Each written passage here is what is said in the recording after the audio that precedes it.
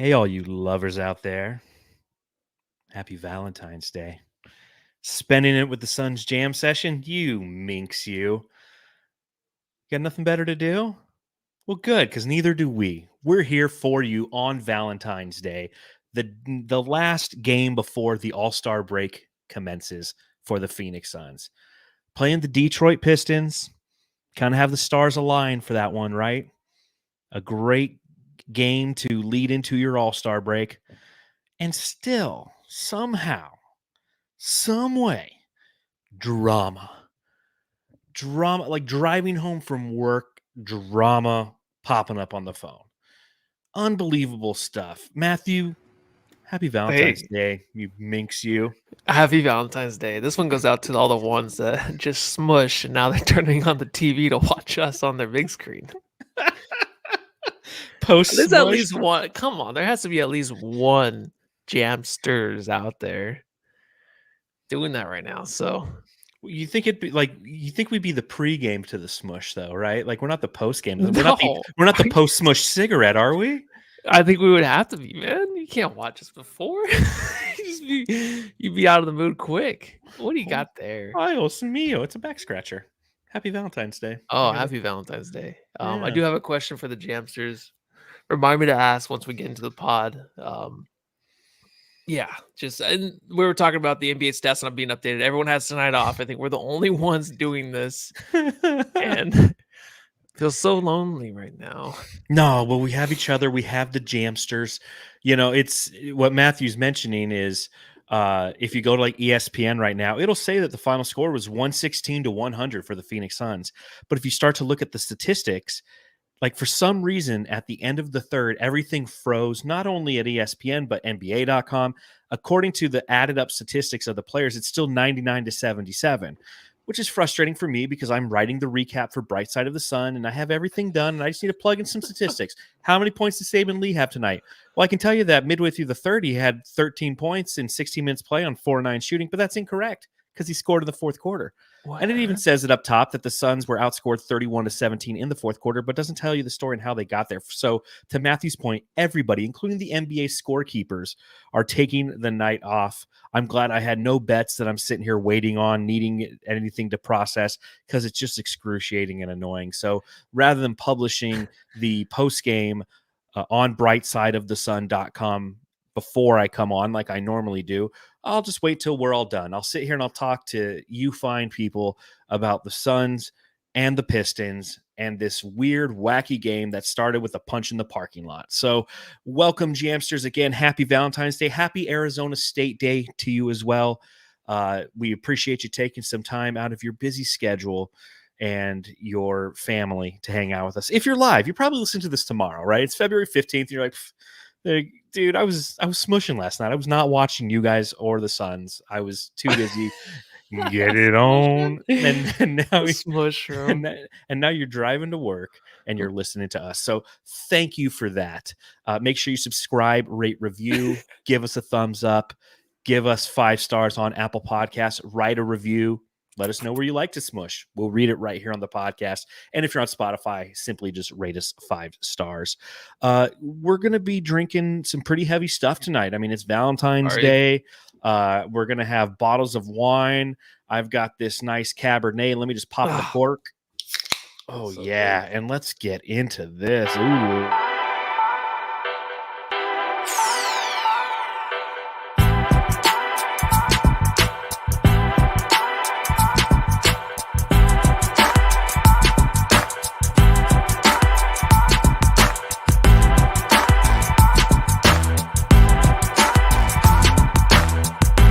Phoenix Suns play the Pistons and win by a final score of 116 to 100. We think that's what the final score was.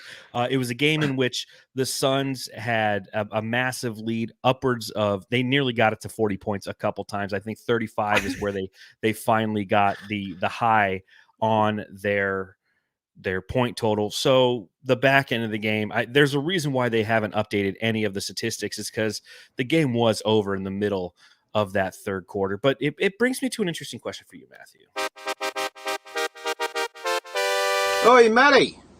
Mate, I've got to ask.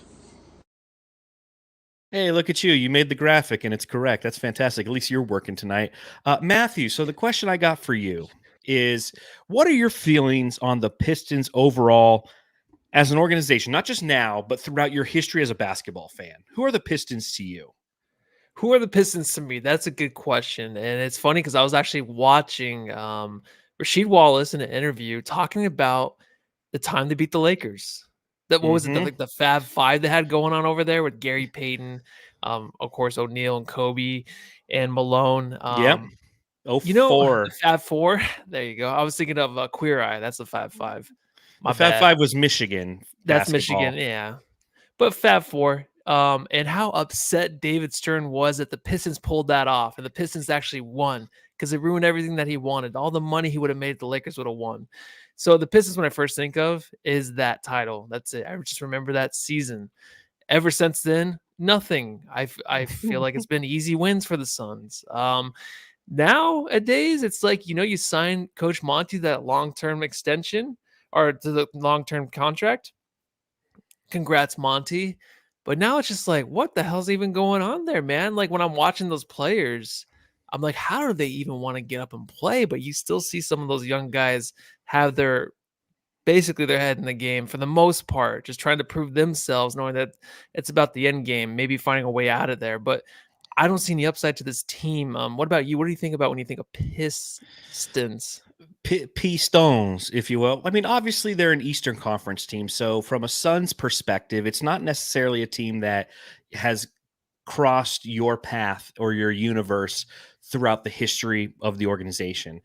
As a kid, the bad boy Pistons, Isaiah Thomas, I grew up not only a fan of the Suns, but of Michael Jordan. So I was very anti-Pistons from a very early age because of the way that they played.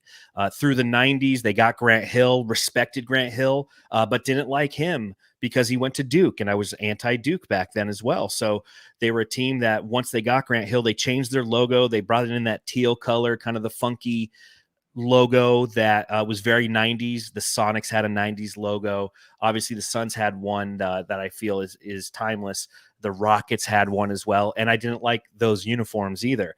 Then you take it into that 04 team that had Tayshaun Prince and Rip Hamilton, Chauncey Billups, Ben Wallace, Rasheed Wallace, and I like that team because I did not like the Lakers. And for them to go out and win the way that they did as a defensive team was very exciting to see because it's not what you expected, especially at the end of that Lakers run. But to your point, since then, it's been crickets from Detroit. It's like that meme from Mad Men, right? Where the guy gets on the elevator with Don Draper and he looks at him and he goes, I forget what the exact phraseology, but essentially he's like, you're kind of a piece of shit. Yeah, I think you're a piece of shit. And Don Draper looks at him and goes, I don't think of you at all. And that's what it's kind of been like with the Pistons. And you see the lineup that they put out there, and you see that they've got Cade Cunningham, who's a former #1 overall pick in the 2021 NBA draft. You have James Wiseman, a former #2 overall pick in the 2020 draft. You got Asur Thompson, who's a top 4 pick. So Jalen Duran, who's a lottery pick from a couple seasons ago. So they're a team that is full of this young talent and some of the talent that I like. I am a Cade Cunningham fan.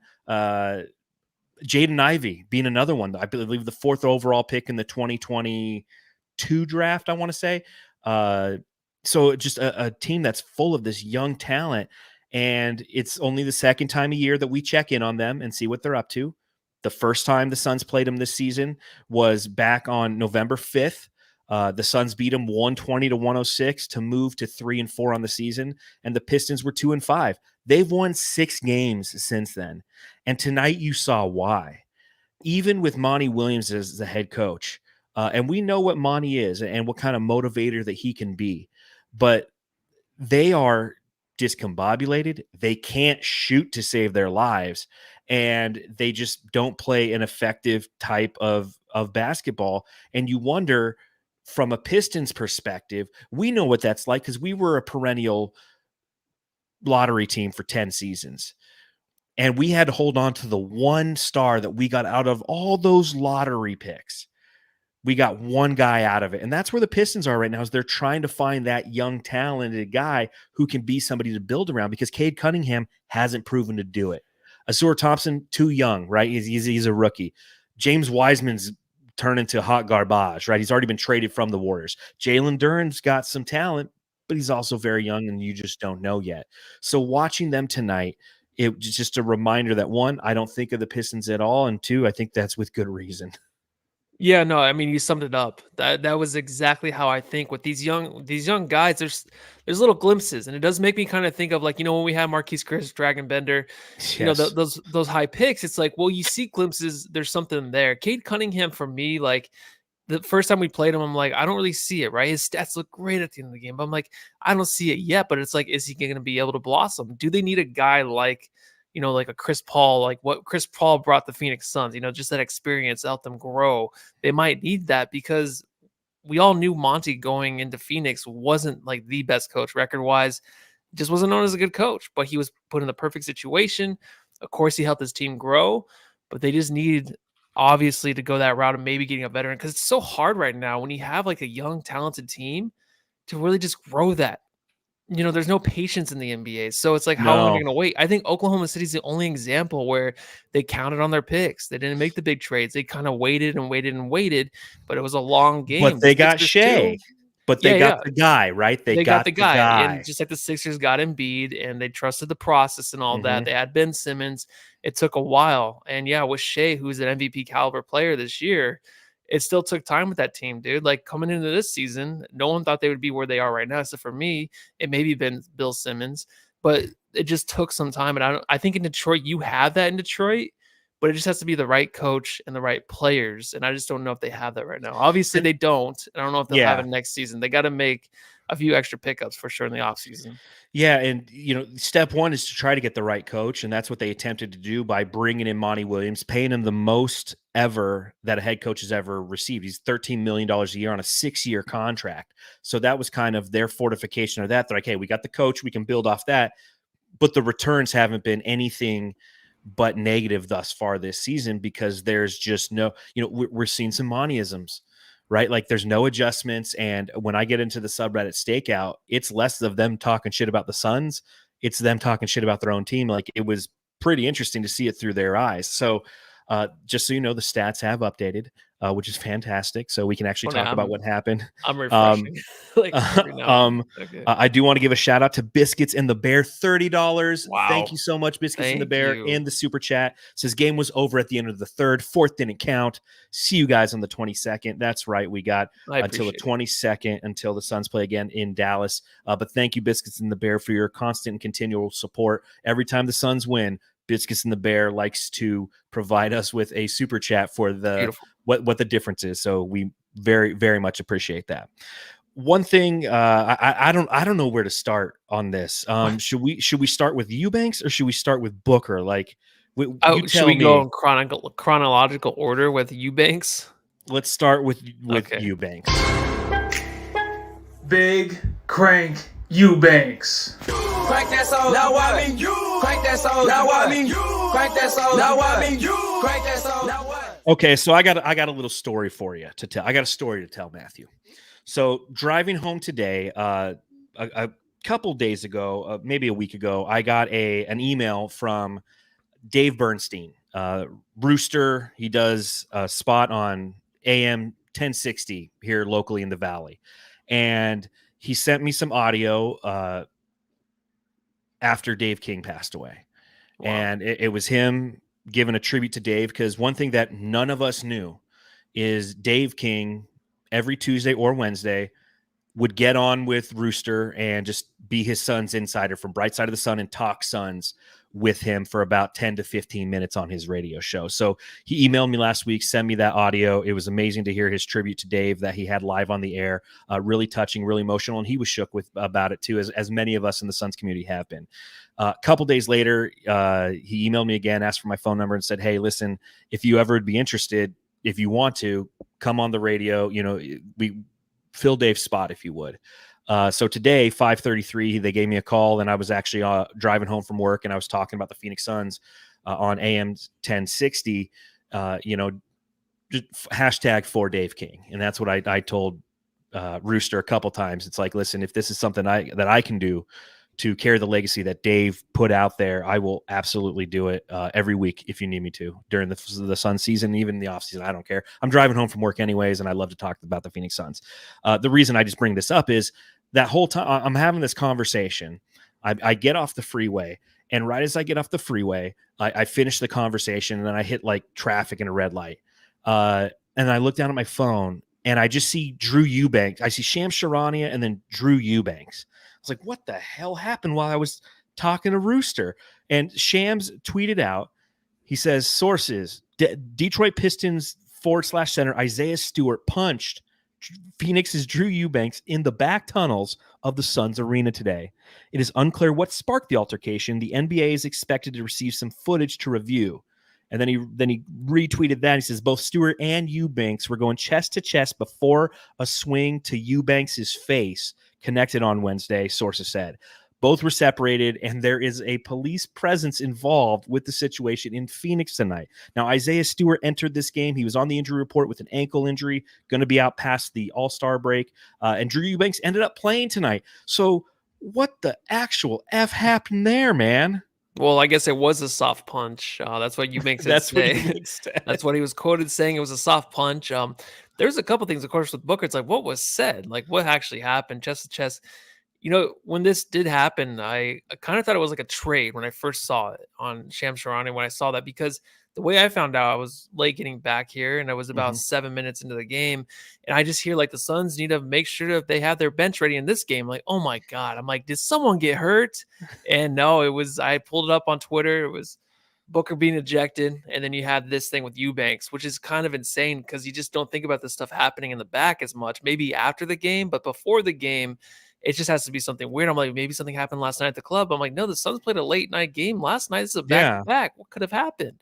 So whatever's said, this is the same guy that went after LeBron in that one video, right? That's across right. court. That's So right. Like insane. The entire like security staff had to hold it back. It was a year or two ago. Through everybody. Yeah, it was incredible when he did that because it was LeBron. I was like, oh hell yeah, get that guy. But now when it's Eubanks, lay off, dude. But I can't, and maybe this is bad of me to say. I kind of can't wait to see the video and see what happened. I don't want to see Eubanks get hit, but we all know it was a soft punch and he played the game. So I want to see that punch and just kind of make fun of that other dude, you know? Yeah, it's just what, like, rumor has it, it's I don't even want to go into rumors. Just it'll be interesting to see what actually sparked this altercation. So emotions are already running high. And then 6 minutes into the game, Big Dick Booker. Devin Booker starts out great, right? He's got 7 points in the first 5 minutes of the game. He's starting to cook early, 2 of 5 from the field, and he gets ejected. He gets a technical foul, and then he's saying something, and then they tee him up again. They toss him. Okay. And then they tee up Frank Vogel. And it's like, what? And then for the remainder of the first quarter, they're calling offensive foul after offensive foul on the Suns. Kevin Durant had 2 fouls. Grayson Allen had 2 fouls. We're already down Bradley Beal, who has the hamstring injury. Devin Booker gets ejected. And then you have fouls being called left and right. And it's like, what's going on in this game? Like, this is the perfect recipe for the Phoenix Suns losing right going into the All-Star break, a boneheaded loss because of something that's outside of their control or something that's inside of their control, and they just didn't maintain their composure. I'll be interested to see what the post game says, what Devin Booker says, and something I'll keep an eye on from a Twitter standpoint to see if he says anything in the post game presser that we can say right here on the Suns Jam Session podcast about what actually occurred. But the Suns had a challenge. You know, this is going against the worst team in the NBA. You don't want to give them any life, any opportunity to feel good about themselves. Thankfully, in that first quarter, the Suns come out and they outscore the Pistons 37-25. Despite everything that's going on, they still have the ability to beat them in that first quarter, which was huge. Yeah, those fouls in the text is maybe just because of no nonsense. And when I did see the replay of booking in the second, the ejection and the technical before that, I didn't see the one before that. So I'm like, wait, what did he do before? Did he actually come out there and just knock someone over because of what happened in the back tunnels or something? But I kind of missed that part. But now that it's like, okay, it was the two in the same play, and then Vogel, it's like they're like any kind of chippiness or anything, we're gonna get rid of him. That's why I'm like, I want to hear what Book said, because I know we're all watching it. We're like, what did he even do? He wasn't even talking to the ref. He wasn't talking to a Pistons player.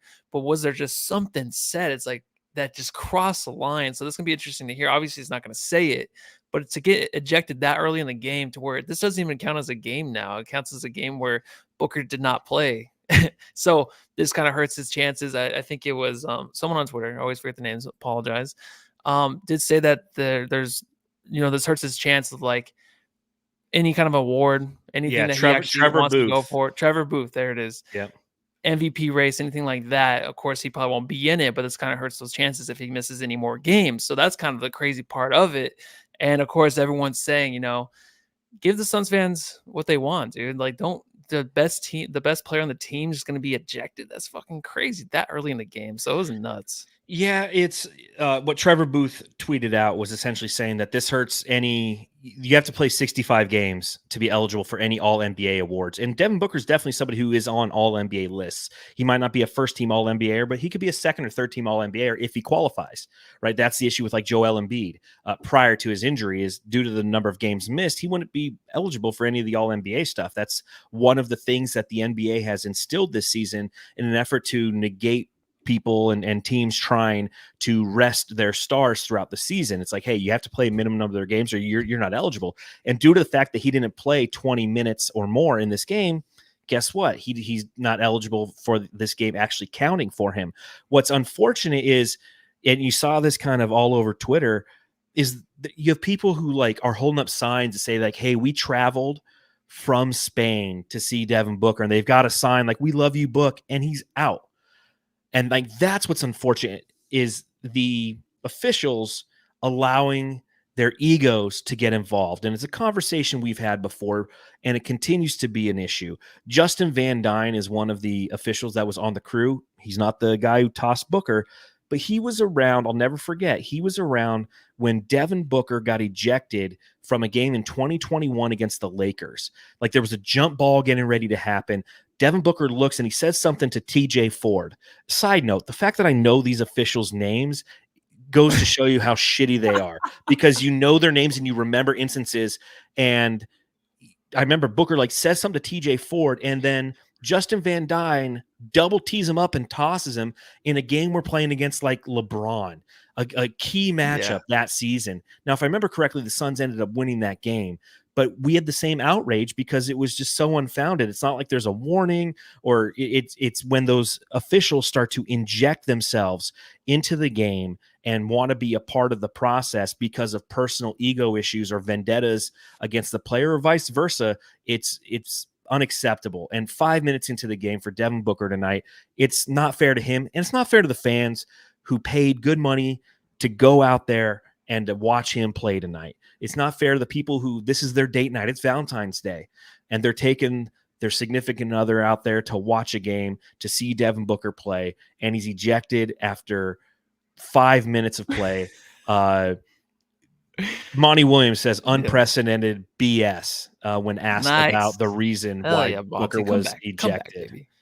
You know what? I'm sorry. Frank Vogel. Oh, I was going to say, that's awesome that came from Monty. I'm like, hell yeah, dude. My bad. That was if it was Monty. Vogel.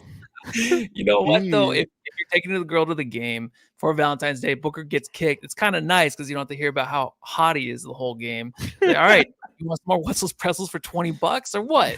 Yes. Stop talking about Booker. And the worst part about the refs is when they do blow the whistle and throw him out, he does that little walk. They always do that stupid little walk. Like, I'm so important over to the booth. It's like, dude, just knock it off. Or lady, knock it off. All right. We don't care. They just did chest day. Yeah. I know the tight shirts. They'll have the same kind of boobs. It drives me nuts, man. So it's unfortunate that you know the names, I know the body. I don't know. Yeah, that's what it is. That's why it's synergy with you and me. It's like if you just start to describe a body of an official, I'll be like, Oh yeah, man, that's Scott Foster, dude. Like he's got a Weasley face and a gray hairline. Yeah, fuck that guy. Respectfully. So obviously, those are the two weird storylines that happen. When we actually talk about the basketball that occurred tonight, I will say this. Okay, Suns win by 16 points. Like I said, they were up 35. They put in like the third stringers primarily in the fourth quarter, which allowed the Pistons to actually score points. So it doesn't look as bad as it could have been. But here's what I take away from this game. So no Booker, no Beal. Suns didn't play that great, in all honesty. It's a great win. It was a nice, easy win. It's exactly what we want, right? Going into the All-Star break, we're 33-32. You take a look at the overall NBA standings after beating the Sacramento Kings last night and moving into the 5th seed. This right here gets us to within 3 games of the 4th seed and the Denver Nuggets with this win, although the Pelicans have the same exact record as we do. So we're definitely, as we win, they're winning. But there's pressure now to try to start to hit that 3 seed, right? So that's great. Yeah. But from a basketball standpoint, and again, I preface this with no Beal, no Booker, it was really fucking sloppy basketball, man. Really bad basketball. The Suns had 23 turnovers tonight, dude. 23. Oh, God, I know. I've seen 22, but maybe I'm not completely updated. It's like the last percentage updated. Okay. Yeah, there it is. All right, 23. Now we're good. Nice. Okay, yeah. Yeah, it was pretty brutal. I think it's one of those things where it's like you have all these guys coming off the bench, they're finally playing some games, and you're as a Suns fan, like, oh wait, he's still on the team. I'm the one guy, of course. I was always a big Saban Lee fan. I'm like, oh, I forgot we still have him after all those trades. And I'm gonna have to make a drop for him. Yeah, playing big minutes tonight. Looked pretty good out there. But yeah, you kind of forget who's on the team when they're emptying the roster and it's emptying the bench. It's kind of good to see, though, a lot of those faces out there to get the experience, I guess. But it was kind of, I know it looked pretty bad, but it was kind of nice how it was just blowout most of the game, right? This is like the first time I feel like we've had like an actual blowout, maybe the second time, where we just had that 30-point lead most of the game. I know it's only a 16-point win, but you just knew it was a blowout. And everything else that was happening in between, it was just like, it's just fun to watch. It was kind of just a fun game to watch and not really critiquing anything on this one. Yeah, it's hard to critique it because you're without your starting backcourt. So you can sit there and go, okay, this team ended with what did I say? 23 turnovers. Fun fact. Let's see. Let's trivia time this. You know what time it is. Trivia time. How many times this season have the Phoenix Suns had 23 or more turnovers in a game? Jamsters, if you're watching along live and you're in the chat, you can throw your guesses out there too. I'm going to say 6 times. 6 times, so 23 or more. Yes. 6 times is Matthew's guess. I'll allow the Jamsters a couple minutes to talk about and to search for it real quick because I know that's what they're doing. David Ray says 5 times. Saul H. Soto says 10 times. Rick's going to give it 8. Fabio's going to give it. Fabio in the mood today. 69. Prescott Mark gives it 2. Suns Fever gives it 9. We've got 7 from Christian. John says 8. CL Oracle says 4. Psycho Hawk 2000 says 15. The answer, Matthew and Jamsters, ladies and Jamsters, is 0. Oh, you fooled us, man. 0 times this season have the Suns had more than 23 turnovers. This was their highest turnover game of the season. Shame on you, Jamsters. Shame on all of you thinking this team was that bad to start the season with the turnovers. They were terrible, so I thought it was that bad. So, hey, at least I guessed 6 and not 69, man. That's a lot. We haven't played 69 games. No, this is true. The challenge or the reason for the success for the Suns tonight is a couple things. One, the Pistons turned the ball back over 19 times. So technically the Suns were only -4 in the overall turnover department. The 19 turnovers is the most that any team against the Suns has turned the ball over this season. All right. So we just witnessed 42 turnovers tonight, the most in any game by the Suns this season. The other thing that definitely helped the Suns is the fact that the Pistons aren't very good at shooting what we like to call the basketball. They shot 38 of 100 tonight, right? Now, again, the Suns shot 35 of 78. So extra possessions definitely occurred for the Pistons because they had 17 offensive rebounds to the Suns 9. But they shot 38% from the field. 38% would be the third worst against Phoenix this season. So highest turnovers, but the opposing team just couldn't knock down shots. And we saw that time and time again. They hit 27% of their three-pointers, which is like that ties for the seventh worst that the Suns have faced this year. So that's what happened. What's unfortunate, and again, can't critique too much on this game, but Sophie Cunningham made the point on the broadcast, and I thought it was a great one. She goes, in a game like this is when you should really lock in and focus on doing the little things right. Negating, and I know I say negate a lot, and for that I apologize. First time I've heard it. Negating offensive rebounds, right? Not turning the ball over, taking care of the ball. Yes. Like those are the two issues that the Suns have when they lose. And if this isn't rocket science, this happens for the majority of teams. When you turn the ball over and you allow offensive rebounds, you're probably going to lose.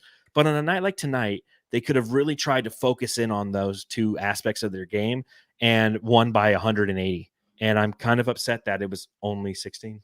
Well, there's just a few guys you kind of want to step up, and by a few guys, it just mean one guy, Eubanks. Kind of just, I know he got punched in the face, but just it should fuel him, right? Remember the one game? Who was he? Andre Drummond. Andre Drummond just knocked him out or whatever, and Eubanks. What do you have, like 5 dunks in a row after that? It's like I think he like loves that physical contact. It knocks all that energy drink out of him. I know Eubanks drinks a lot of energy drinks he talks about. I can tell he looks like he's always like on Adderall on the floor, so he needs to chill out a little bit. But in a game like this, I want him to dominate it even more. Didn't dominate at all. A +3 in a game like this, it shouldn't be a thing. And he should have had a lot more minutes.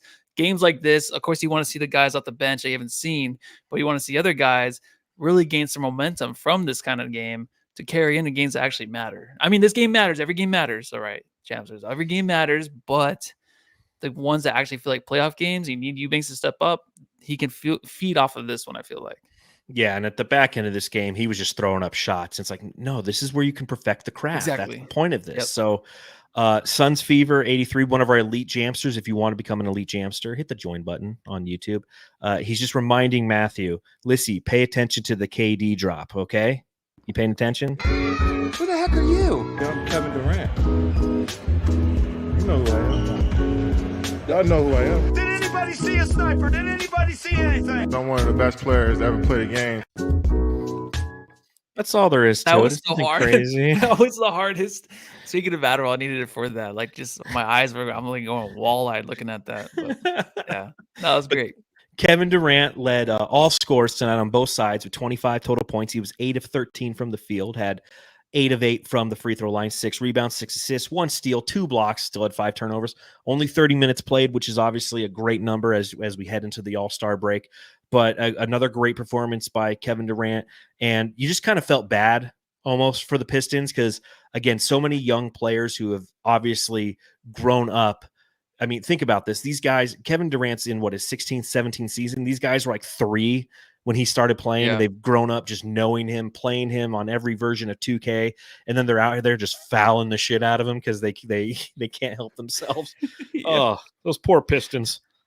Yeah, he kind of took care of business today, and I kind of felt bad for him because it's like Beal's out, Book's out, and he's like, well, I wanted a day off, dude. Like, I know the All-Star game's coming up, but I have to play in it and participate in all that nonsense. I'm sure he enjoys it, but a little time off would have been nice.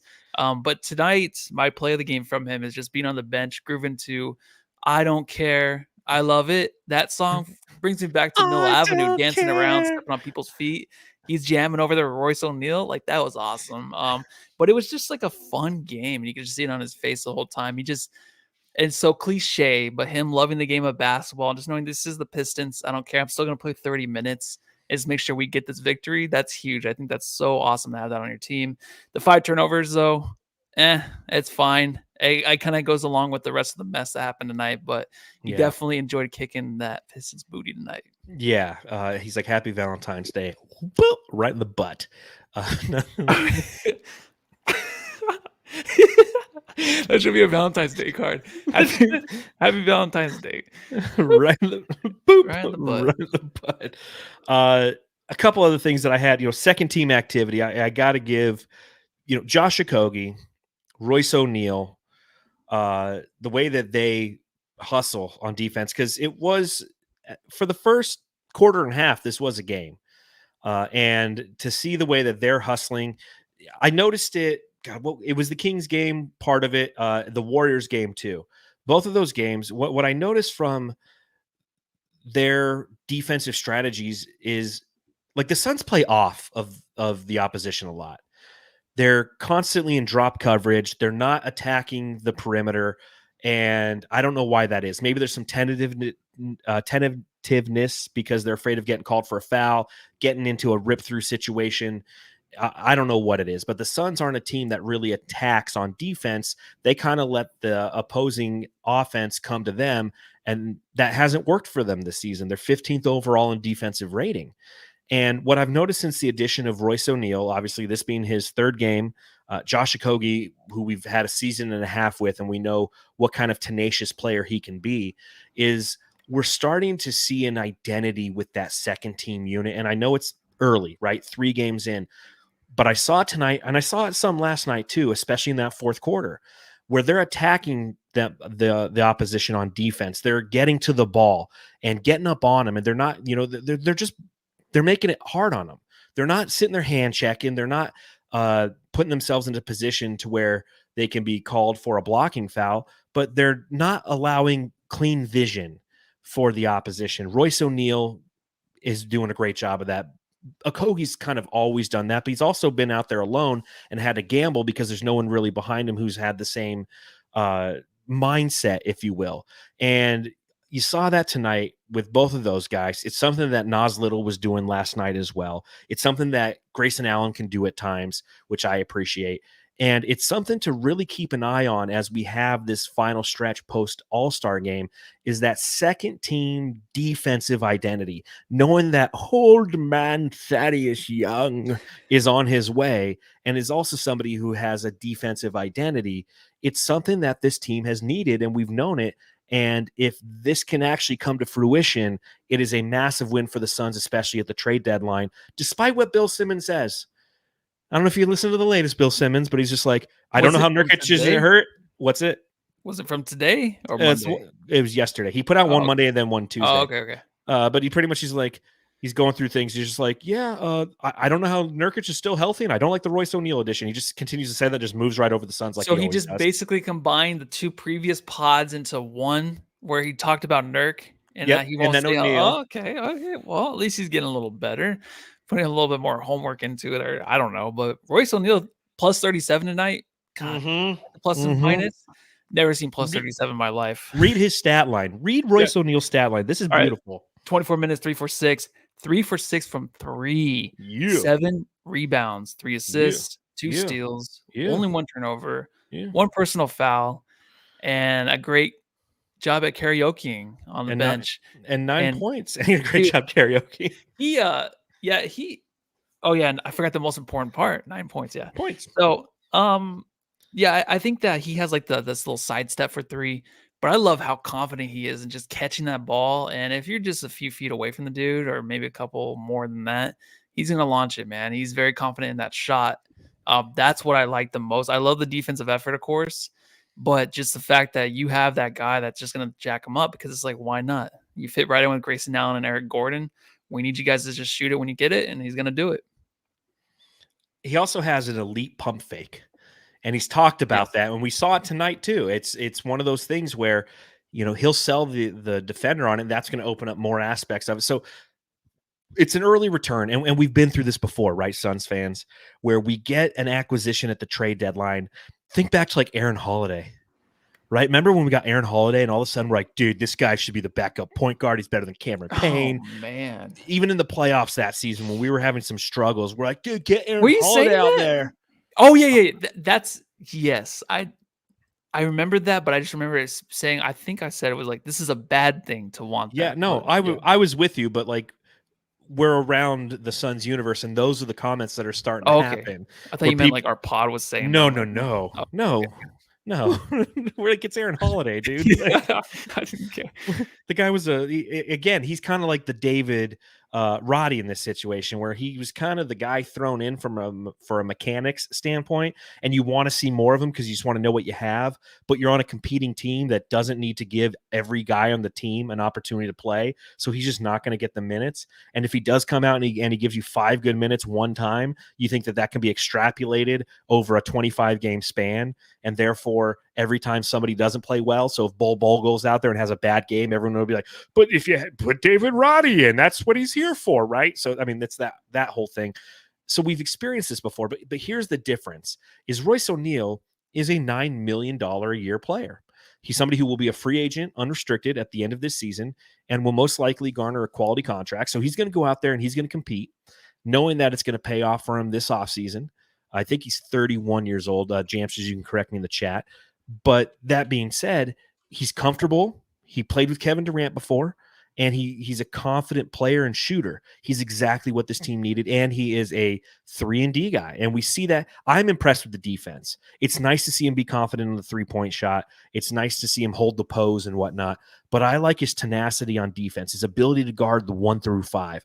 That's what's going to – like what Bill Simmons was talking about was Nurkic potentially having to go against Jokic and whatnot. And I don't know if he could be healthy. Royce O'Neal is a guy who you can put on Nurkic at time, or I'm sorry, Jokic at times, and give him troubles.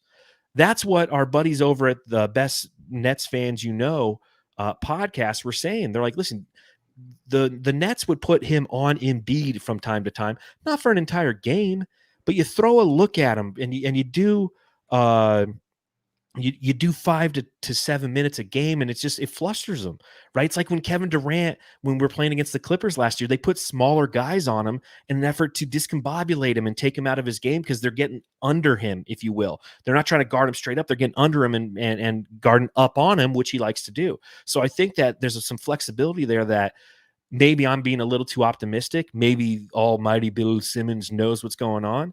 But I like the Royce O'Neal addition, and 3 games in, I think it's been absolutely fantastic. Yeah, and you can look at Nurk and say, like, yeah, he's not going to stop Jokic, but nobody can. But I think it's the healthy IQ that they have. Thaddeus Young coming over, it's the IQ that they have defensively. Like, they have guys that know what to do. It's not like, okay, when we got Royce, I wasn't like, oh my God, this is a difference maker. I just think it's a nice piece to have. It's not going to be like, okay, is it going to make a difference to us winning a championship? Maybe a few plays here or there to help us win a game.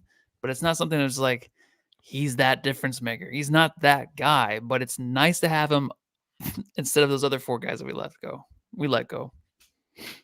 Yeah, and it's like I said yesterday, the 4 guys that we let go, all of them had overall negative net ratings. So James Jones literally said, okay, I'm going to stack 4 contracts of 4 guys who have negative net ratings and bring somebody in here who's going to give us some positive minutes and can affect this team the way that, and is confident enough to do so. Couple others. So don't know if you saw this, Matthew. Okay, you ready for this? What's going on? Did you see who Monty Williams' bench coaches are? I didn't see Monty at all the whole game. Did they show him once? Maybe. Can I guess who one is? Steve Blake? No, I didn't see Steve Blake. Okay. That's a good guess. So I think that it's only right, knowing that it's Valentine's Day and our ex is in town, that we do something that we haven't done since sometime last year. We don't play him a lot, but the Monty Williams drop. Ever since I've been here, we talked about everything you want is on the other side of hard. This is hard. Monty Williams, coach of the Phoenix Suns. Detroit Pistons. So he has Jarrett Jack with him, who was with him here in Phoenix. And Steven Silas is one of his bench coaches. Oh, is it? Who we were literally talking about last night, who used to be the head coach of the Houston Rockets and used to sit on the sidelines with the what the fuck is going on look, which is the look that Monty Williams has right now. He just sits there and is like, what the fuck am I watching? Like the last time he was in this building, it was game 6 against Jokic and the Nuggets. And here he is with a team that like is just not good at dribbling the ball. Like his team can't dribble now. Like he went from having a team that had Chris Paul and Devin Booker and Kevin Durant and DeAndre Ayton, and now like his team can't dribble. Man, And But at least he's there's- getting 13 mil a year, I guess. yeah, that's all that matters to him is the money, and that's it. But I think the passes they had tonight too, it's like, you're not gonna pass it, are you? And then he passes it. I'm like, this is insane. I know. But I saw, is there also never mind. Keep going. I thought I saw someone else on his staff, but it just exited out. I tell you what, the internet today, huh? It's just not updating, huh? Yeah, that internet. Even the internet's taking the day off. It's like it's Valentine's Day. The internet wants to go out on a date with my wireless phone Bill bill. Gates. Yeah. The TV and whatnot, and the place and the thing. So I'll tell you what. I was hanging out in Detroit tonight, which isn't a fun place to hang out. And if you're going to hang out there, you got to go as the Dark Knight. The Suns Jam Session, subreddit stakeout.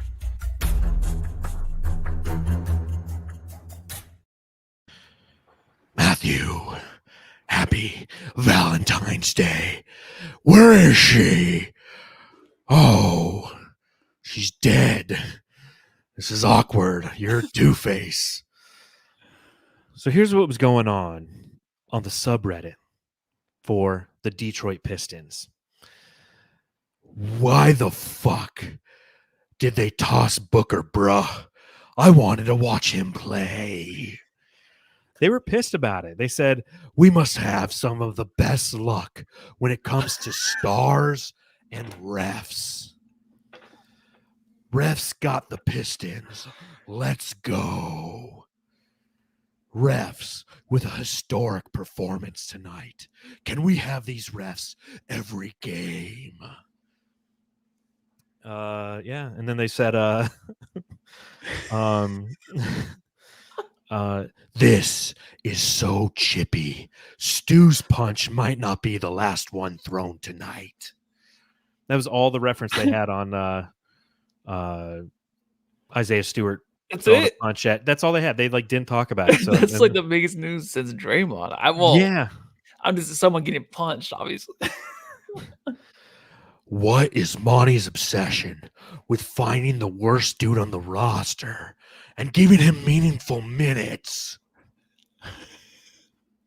Sound familiar, Suns fans? Yes. It's like, Landry Shamet, Elia Kobo. My God, nothing changes. Let's see. James Wiseman is the worst basketball player I've ever seen, including Killian.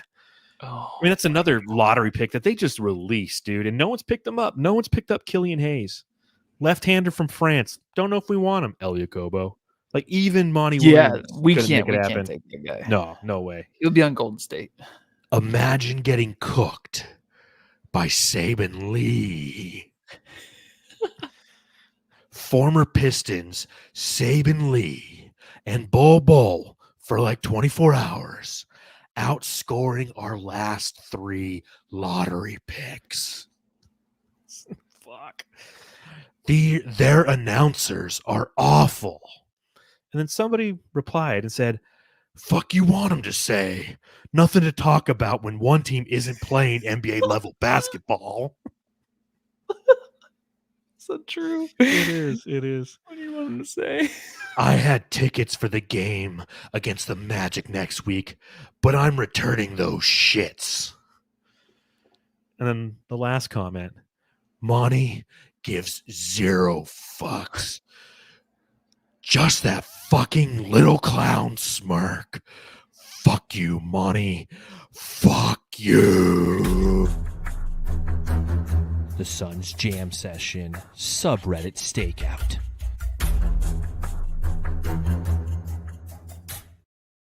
I mean, they had nothing bad to say about the Suns because they hate their team. Oh my gosh, they wanted Booker to play too. Yeah, they're like, oh, good, we get to see a good basketball to play. Where's he going? Hey, come back, Booker. And he's from Michigan too, so it's like, jeez, that's hilarious, man. Ooh, man.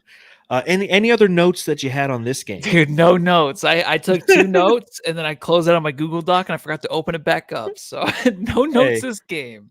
Yeah, try My writing the bad. recap for Brightside. I'm sitting there. Oh I'm saying, goodness. I still haven't even That's a published hard it one to yet. sit through. It's a hard game to sit through and watch. Sorry, John. It's a great game. It's a great game, though. That's the thing. It's like the funnest game because it's like we're just kicking the crap out of a team, but like I'm working. I'm like, and that was a good dunk Never by enjoy Bol yourself. Bol. Yeah. You know what's funny is like when you actually like take a night off and like I'm gonna go to Zips and just watch the game tonight. I'm like, oh, that sounds awesome. I'd like to just go to a bar and watch the game. You know what I mean? But I like doing what we're doing. But I like it though. I like it when we go I to sound- Zips and watch a game and then we podcast right after. Because Yeah, that's exactly what I was gonna say. And Buzz to us is fun. yeah, it's way better. And honestly, it's funny because everyone always comments when I am Buzz how much better I am. So I gotta just I can't go Start that way. drinking That's down more. a dark hole, dude. I can't go that way. But also I remember Ron Wolfley used to talk about complain all the time about the schedule and stuff. So I don't want to start doing that. I'm not complaining about this is fun. I like doing this. So John Tran, I honestly slept some of this game. LOL. Yeah, that happened to me a couple of games ago where I was like Yeah, watching in the it fourth quarter. I'm happens. like, hey, it's a Sunday game. I can get my little nap ski in. So let's go ahead and hand out some hardware.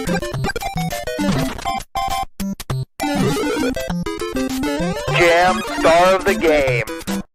All right, Jamster, subscribe, rate, review, thumbs up. Hang out with us at Zip sometime. Get buzzed with us. Who are you giving the Jam Star to, Matthew? oh man, this is actually really tough. I'm gonna give it to Saban Lee, man. Damn it, that's who I had. 16 points, 4 steals. Here's what's crazy about Saban He's Lee. still on the team. That's one thing that's crazy, yes. Another thing that's crazy is the sheer fact that he's got zero shooting ability. And that's why he's a two-way player. But has the ability to attack the cylinder. And that's what he did tonight ad nauseum. He just kept attacking. Because when he shoots that three, what was his overall three-point shooting? He was 0 for 3, baby. There you go. And they're all just flat as hell. So, Yeah. it's just that's what his specialty is. He can attack the cylinder. He can put pressure on the defense. He got to the free throw line. I think he was what did he shoot from the free throw line?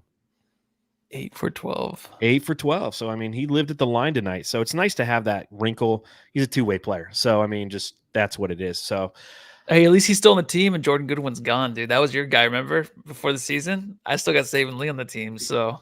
good for you. Good for you. Good for Our backup guard that we're going heavy for. Saban Lee, no Jordan Goodwin.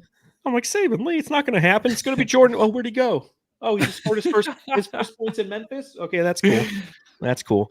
Well, next up for the Suns, we don't play until the 22nd, 5:30 p.m. Arizona time in Dallas, Texas. Matthew, question. All-Star game. Do you want to do a post-game podcast for the All-Star game? I might be going out. On Sunday night? Oh, is it Sunday night? I forgot. Sunday night we can, I guess. Yeah. All-Star Saturday night is Sure. on Check's notes Saturday night. We'll think about it. We might do it for you, Jan. So here's what I like. I like the fact that the All-Star game is returning to the East versus West format. Yes, me too.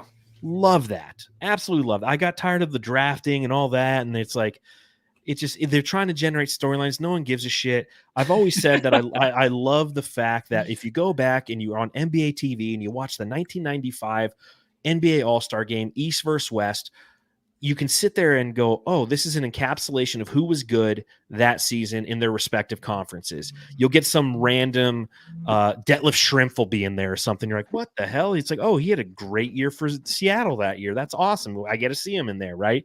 And it starts to get diluted when you start to do all these different things. So I'll ask you this question. Over under minutes for Devin Booker coming off the bench in the All-Star game? Oh, I think he gets, I think under 10. See, I think he's going to go over 20. Really? Okay. I really do. I don't see him as an all-star player. You know what I mean? Like in the game. He's just not fun to watch. Yeah, he's not going to jam at home, He'll try, but he might get hurt. So but no dogging him. I'm not dogging the dude. Chill out. I think that Am I talking to?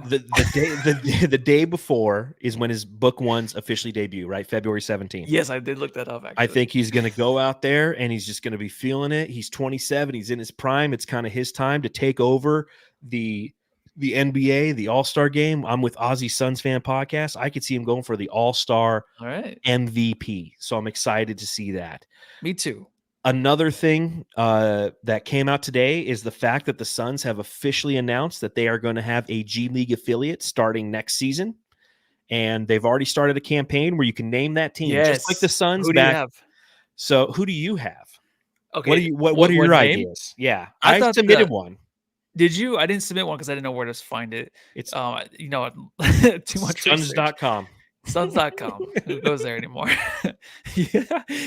I was thinking the bad guns. I'm like, I kind of like that. It's a bad day to say bad guns. After Oh what my happened in god, Kansas it City. really is. Jeez. Yeah.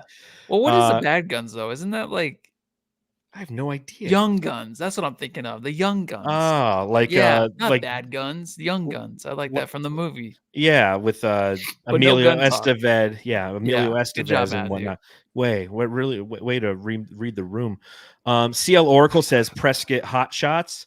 We don't know what the location's going to be as of yet. So, but I do like hot shots. I know that John Bloom, that's what his was. It's kind of paying homage to the hot shots at the Yarnell 13 that happened about 10 years ago. Suave said, I submitted the Phoenix Butts. Lazy Squatch said the Phoenix Buckets. John Tran said, I submitted the Phoenix Nebulas where suns are born. That's a good idea. Fabio says Phoenix Uranus. I submitted the moons. The what? The moons. It's like Twilight? and we have the moons. Okay. That was my submission. It kind of sunk in a little bit, and it's not too bad. But I don't think I like that one. I like people mooning. Like that could become a thing. Like the halftime show as people come out to show their asses. I don't know. But that was literally what I submitted. It was the first thing that came to my mind. I'm like, because as you can see, which some of the other jamsters have stated in the chat, they're picking celestial objects, right? Somebody in our group chat, we have a group chat between all the different kind of Suns podcasters. There's some funny ones in there, the Buckeye Beavers, the Goodyear tires. These are all from Coach Fallen founder from the Suns Planet podcast. The Bullhead City, or the Nothing Nobodies, the Christmas trees, because Christmas is a town in Arizona, the Yuma Skooma, the Gila Bend Gila Monsters. Who said, let's see, I'm going to try to find it. I'll give credit to Dervish of Whirl from the Fanning the Flames podcast, Paul. He said the Eclipse. I like that. Eclipse is pretty sounds good. like it doesn't sound like a men's team. It doesn't, but it's like Prescott Mark says in the chat, Galaxy, like LA, or Galaxy's the LA soccer team. Yeah. Black Holes, Embers, the Phoenix Sweet James. This should be the Phoenix. So good, should man. be Phoenix on a whole nother level. Just on like a whole nother level. Gila River Casinos. Dude, that would be great. Oh my God. The Phoenix you do use. Yeah. So I got something to ask before we get out of here. So please. Valentine's Day is today, and honestly, I didn't remember till probably 5 o'clock today. I saw someone with a shirt on. We talked about it, but I kind of forgot. Yep. So going on a date with someone twice, and then you're gonna go on a third date this Friday. Mm-hmm. Do you still say Happy Valentine's on Valentine's Day? No, not pre-date 3. Yeah, that's what I thought too. Yeah. And I just wanted to I was like, oh my God, like I totally forgot. I didn't say anything, but then like she doesn't watch the pod. She was like, yeah, she probably, but I totally forgot. And then she seemed a little, you can kind of tell. But I'm like, isn't it kind of too early? And my sister Stephanie was like, you should have said it. You should, but I'm like, I didn't remember. But did she text you Happy Valentine's Day or anything like that? Yeah, it was Happy Valentine's Day. By the way, Happy Valentine's Day.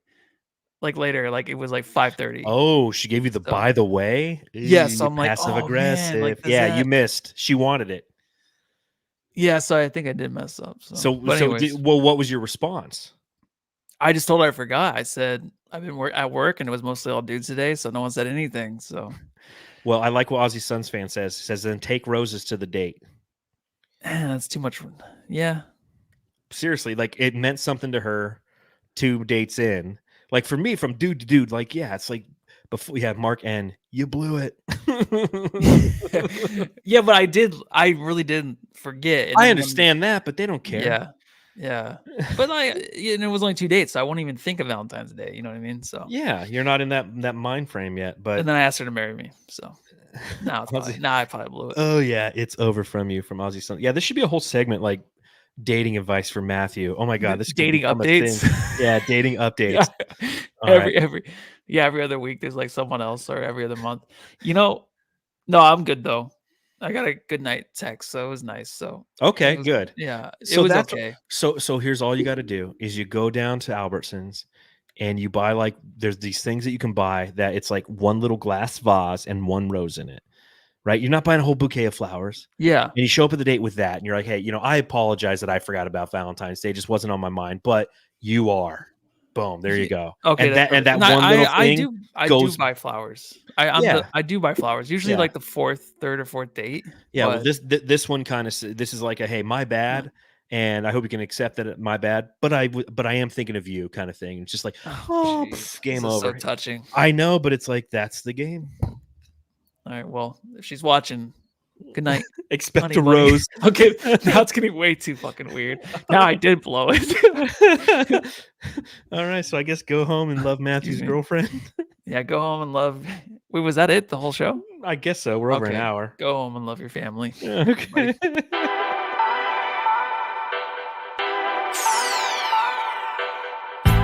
So here's what you need to really do. Okay. Buy some butter. Get some like oat milk. Maybe some of that coffee creamer, that vanilla coffee creamer that you like.